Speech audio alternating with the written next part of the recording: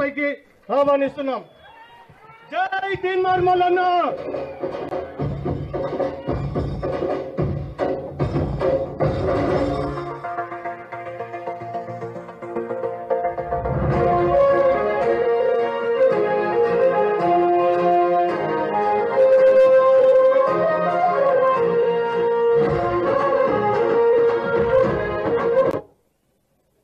శ్రీ తీన్మార్ మల్లన్న గారిని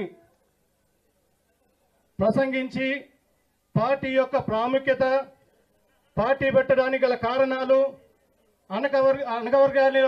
వర్గాలు ఏ విధంగా అనగదొక్కబడుతున్నాయని చెప్పి ఉదాహరణంగా తను అనుభవించి ఉదాహరణ మనకు చెప్పబోతున్నారు. అన్నను ప్రసంగించవలసిందిగా కోరుచున్నాం.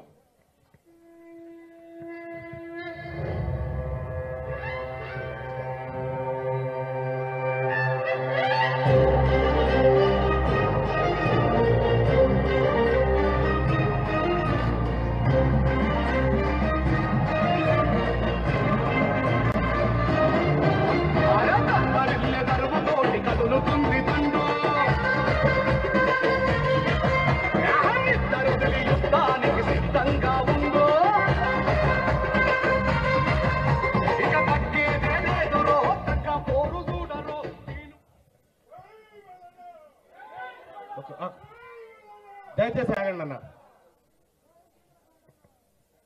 చాలా మంది మిత్రులు ఈ హాలు నిండిపోయి, ఆ హాలు నిండిపోయి, బయట నిండిపోయి కొద్దిగా అసౌకర్యంగా ఉన్నటువంటి మాట వాస్తవం. దాన్ని మేము గమనించడం జరిగింది. వేదిక మీద ఉన్నటువంటి తెలంగాణ బీసీ వర్గాల ఆలోచన, బీసీ ప్రజల మేధస్సు తరతరాలుగా ఈ జాతుల కోసం తమ ఇక్కడ జరిగితేనే ఈ సిగ్నల్ వస్తుంది, అక్కడ జరగాల. తమ మేధస్సును ఈ జాతి కోసం, ఈ జాతి ప్రజల కోసం దారపోసి ఏ రోజైనా ఈ జాతులను అధికారం వైపు, ఆర్థికం వైపు, ఆత్మ గౌరవం వైపు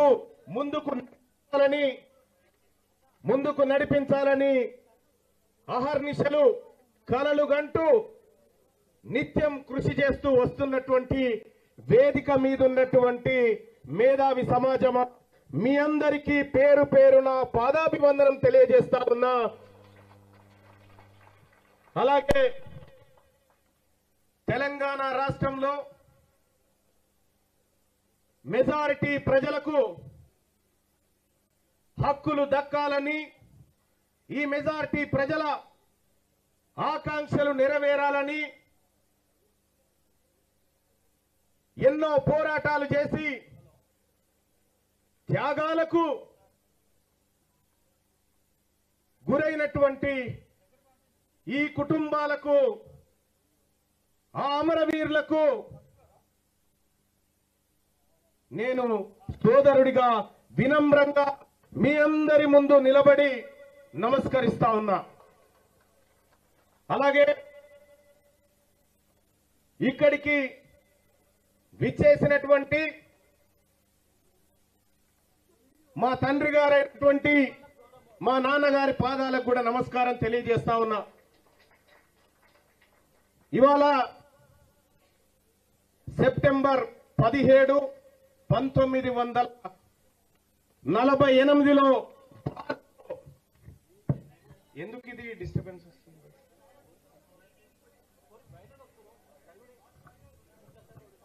దయచేసి కొంచెం అక్కడ జరగండి పెంచ. 1948 సెప్టెంబర్ 17న ఈ హైదరాబాద్ సంస్థానం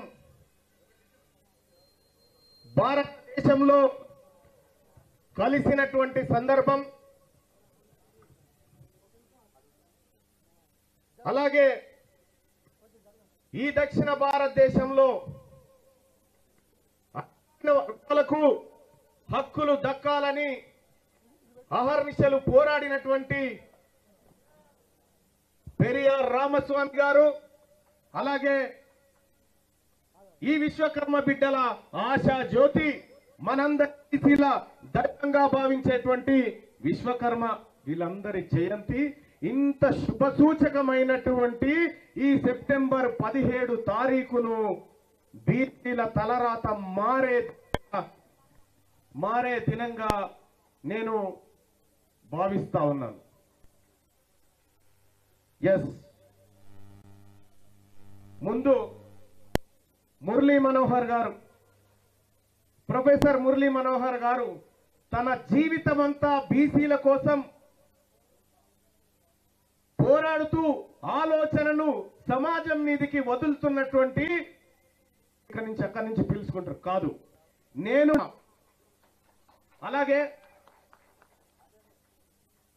అలాగే వాళ్ళందరి అభిప్రాయాలను కూడా నేను అనుక్షణం విన్న సందర్భంలో ముక్త కంఠంతో ఈ రాష్ట్రంలో బీసీలకు రాజకీయ పార్టీ అవసరము ఉంది అనేటువంటి సూచన నాకు వినబడ్డది మేధావి లోకం నుంచి. ఎస్, తెలంగాణ రాష్ట్రంలో మెజారిటీ ప్రజలకు చేస్తా ఉన్నా. చాలా మంది గతంలో చాలా మంది నాయకులు మాట్లాడారు, పార్టీ పెట్టుడంటే పాండబ్బనా, ఇటువంటి అన్ని డైలాగులు ఎందుకు చెప్పిర్రో మాకు తెలుసు.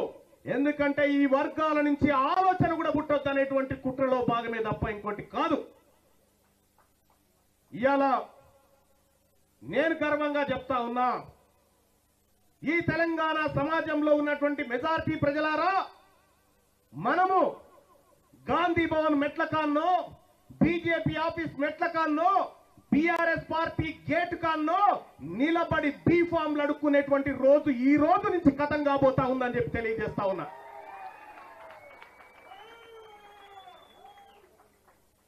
మీ అందరు చూసిరు, నేను ఎమ్మెల్సీగా గెలిచి దాదాపు 15 నెలలు 16 నెలలు గడుస్తా ఉంది.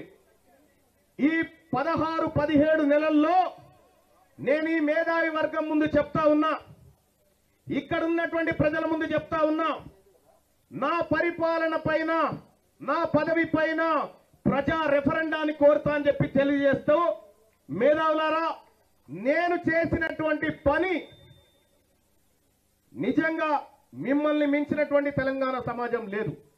మీరు చెప్పండి, తీన్మార్ మల్లన్న నువ్వు ఎమ్మెల్సీగా గెలిచిన దగ్గర నుంచి నువ్వు పని సరిగా చేయలేదు అనేటువంటి మీ సమాధానం చెప్పండి. ఇప్పుడు రాజీనామా చేయడానికి సిద్ధంగా ఉన్నా. అలాగే తీన్మార్ మల్లన్న నువ్వు చట్టసభల్లో ఉండి మా కోసం, మా వర్గాల కోసం, మా ఆలోచన కోసం నువ్వు పోరాడుతున్నావు కాబట్టి ఎమ్మెల్సీగా కొనసాగమని అదన్నా చెప్పండి. ఈ రెండు మీ కాళ్ళ దగ్గర పెడుతున్న నిర్ణయం మీదే. రెండో విషయం,